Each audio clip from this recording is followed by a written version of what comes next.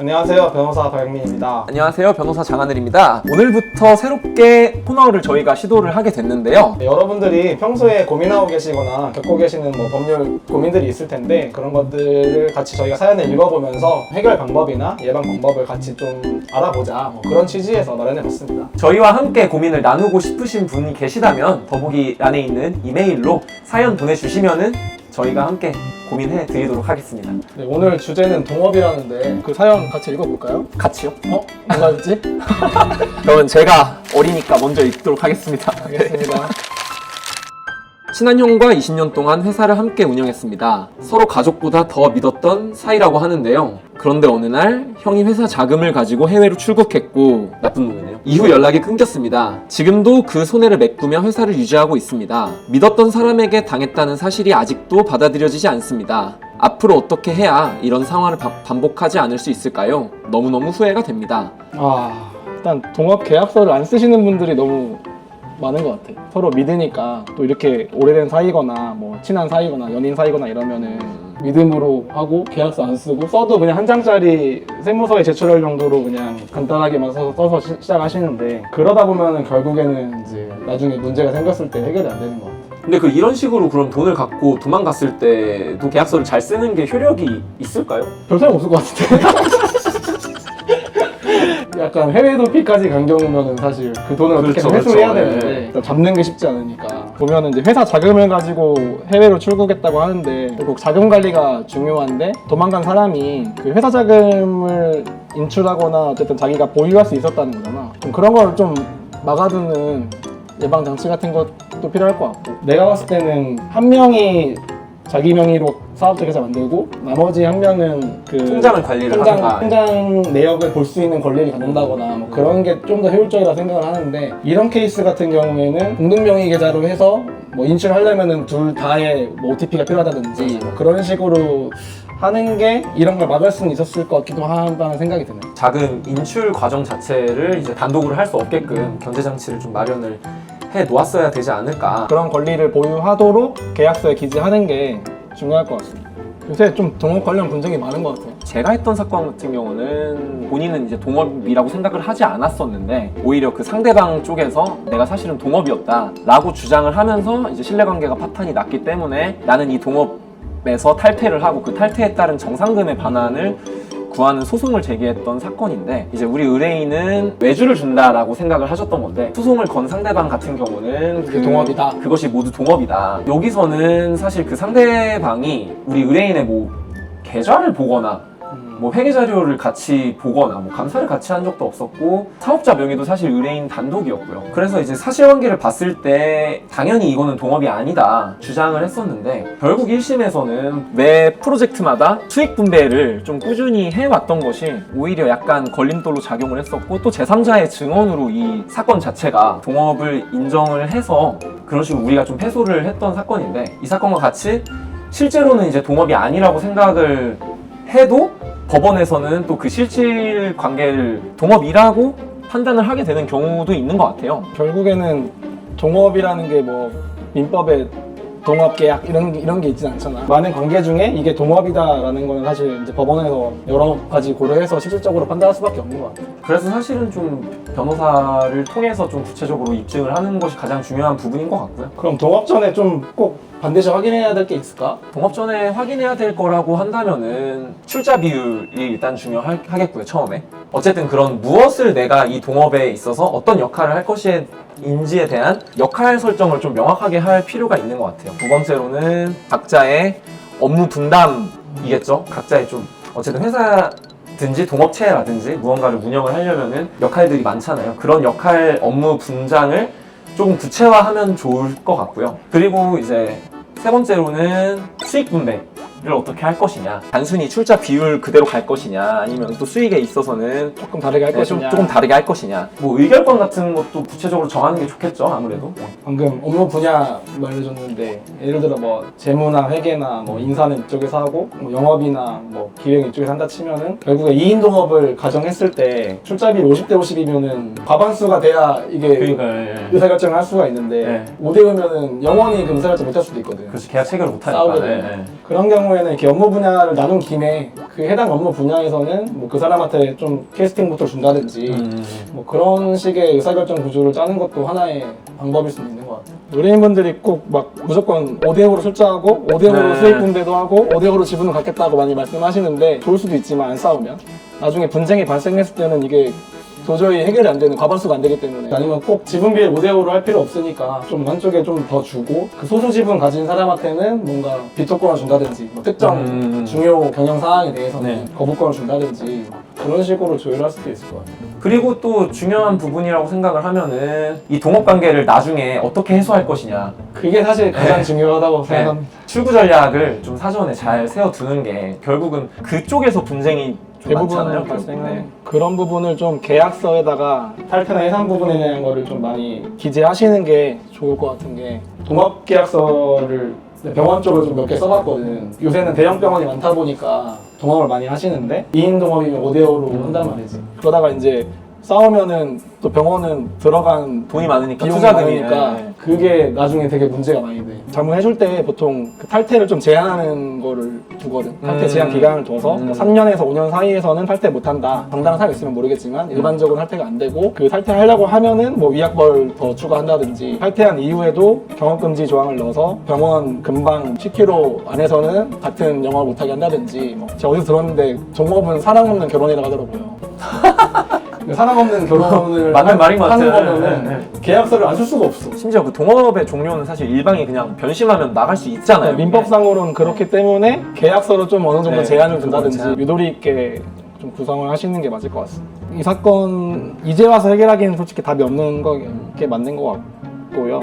방지하려면은 뭐 한 명이 그 자금을 쉽게 인출하는 거를 좀 방지할 수 있는 고민이 좀 필요할 것 같아요. 못 믿을 사람이면은 좀 그런 식으로 가는 게 맞지 않을까 싶습니다. 네, 그러면 다음 사연으로 넘어가 볼까요? 그러시죠? 첫 번째 걸 제가 읽었으니까. 네, 두 번째 거, 네. 제가 읽어보겠습니다. 편지지가 예쁘네요. 안녕하세요 변호사님. 저는 연예인과 함께 유튜브 채널을 운영했습니다. 사귈 때는 누가 더 이 채널에 기여했는지 수익은 어떻게 나눌지 중요하지 않았어요. 그런데 채널이 성장하고 수익이 커지자 상황이 달라졌습니다. 남자친구는 점점 변해갔고 자주 싸우다가 결국엔 헤어지게 되었는데 전 남자친구네요. 그렇죠. 채널 명의가 남자친구 앞으로 되어 있어서 저는 결국 아무것도 받지 못했습니다. 기획부터 촬영 편집까지 다 제가 함께 했는데 정말 방법이 없는 걸까요? 요새 이런 사례가 많은 것 같아요. 유튜브나 그 스마트 스토어나 특히나 이렇게 연인 관계에서 시작하시다 보면은 계약서 안 쓰고 시작하는 경우가 많아서 계약서를 쓴다는 것 자체가 너 나 못 믿어라고 생각을 할 수 그럴 있으니까요. 수도 이게 있고. 아무래도 형만 해도 당장 여자친구랑 유튜브 채널 막 한다는데 계약서 안 쓰죠. 저는 안 쓰죠. 연예인분들한테 쓰라고 하고 저는 안 쓰죠. 또 연예인 관계니까 니께 내 거고 내 것도 내 거고 내 것도 내 거고 내 것도 내 거고 그러니까요.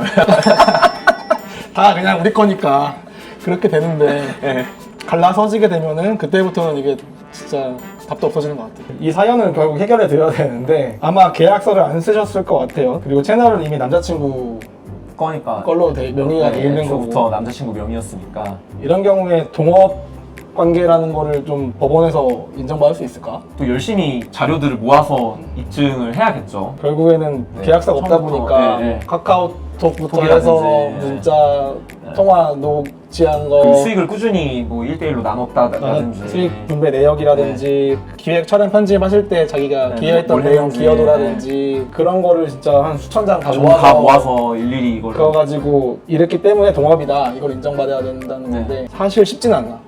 반대로 또 이거 내가 그냥 이거 직원으로 쓴 거다. 그렇지 이건 수익 분배가 아니라 돈을 줬지만 월급을 준 거다 근로자였다 뭐 이럴 수도 있는 거고 사실. 또 이게 외주여도 사실 이 프로젝트성으로 그냥 그치. 외주에 대한 수익을 그냥 내가 대가로 넘겨준 거지. 공동으로 경영할 의사 없었다.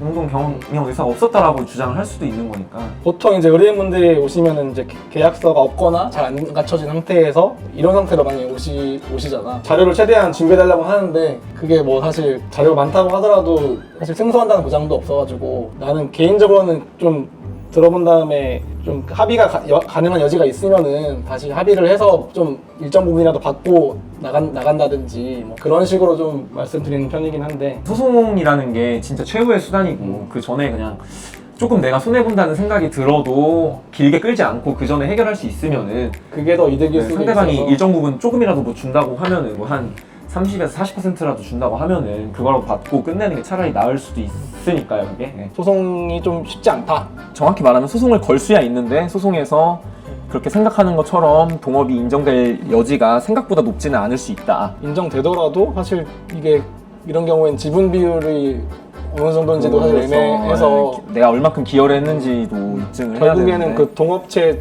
재산 중에서 지분 비율만큼 내가 받아갈 수 있는 건데 5대5라고 분명 생각하셨더라도 실제로는 안 그럴 수도 있거든. 또 입증 책임이 이제 이걸 주장하는 쪽에 있으니까 이게 동업체다. 그러니까 정상금을 내가 받아야 된다라고 주장을 하는 쪽에 있으니까요. 그치. 이게. 이런 유튜브 채널이나 뭐 스마트스토어 이런 동업에서는 좀 계약서에 좀 특이사항 같은 게 필요한 게 있을까? 결국 또 지적재산권의 부분이 있기 때문에 그 부분에 대한 좀 문구를 특별히 따로 넣는 게 분명하게 넣는 게 중요하겠죠. 중요하죠. 예. 법인이면은 사실 뭐 법인한테 다 기속되니까 크게 상관이 없을 수 있는데 소규모로 주식회사 아니고 그냥 동업하시는 분들 같은 경우에는 채널 명의도 중요하고 올린 저작물 영상이나 뭐 그런 저작물이 누구에게 있는지 아니면 몇 퍼센트로 있는지 뭐 이런 거를 잘 정해야 되는 것 같아요.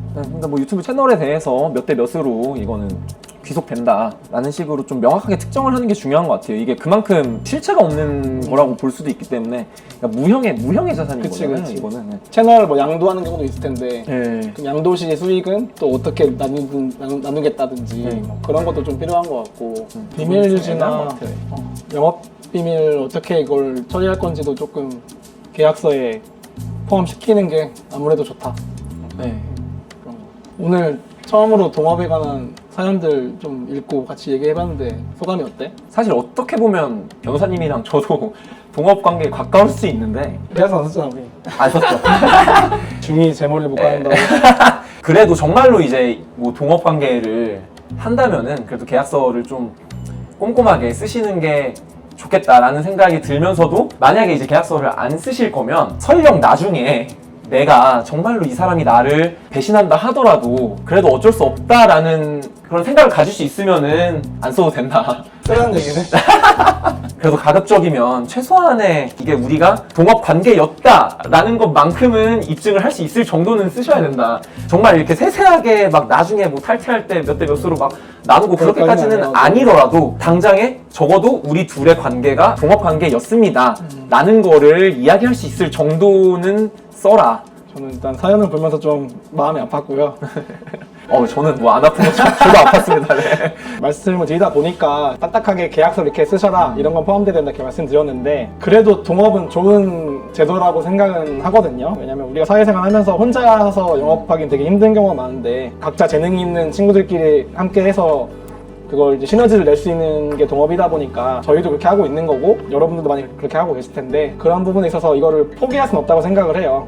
다만 그리고 세상이라는 게 잘 안 될 수도 있다 보니까 그런 경우에는 이제 계약서를 통해 대비하는 게 좀 필요하지 않나. 그래서 너무 저희 얘기를 듣고 겁먹지만은 않았으면 좋겠고 좋은 이제 사람이 있으면은 같이 동업을 하시기 전에 저희가 말씀드린 부분만 고민을 해서 일정 부분이라도 반영하신다면은 좀 더 건강한 동업을 할 수 있을 것 같아요. 지금까지 동업에 관한 사연을 저희가 이제 듣고 어떤 예방 방법이 있는지를 하나하나 좀 짚어보았는데요. 오늘과 같이 좀 저희에게 좀 들려드리고 싶은 사연이 있고 뭐 예방 방법이라든지 해결책을 저희로부터 듣고 좀 고민을 해결하고 싶으신 분이 있으시다면 아래에 기재된 이메일을 보내주시면 사연 보내주시면 저희가 듣고 같이 고민해 보도록 하겠습니다.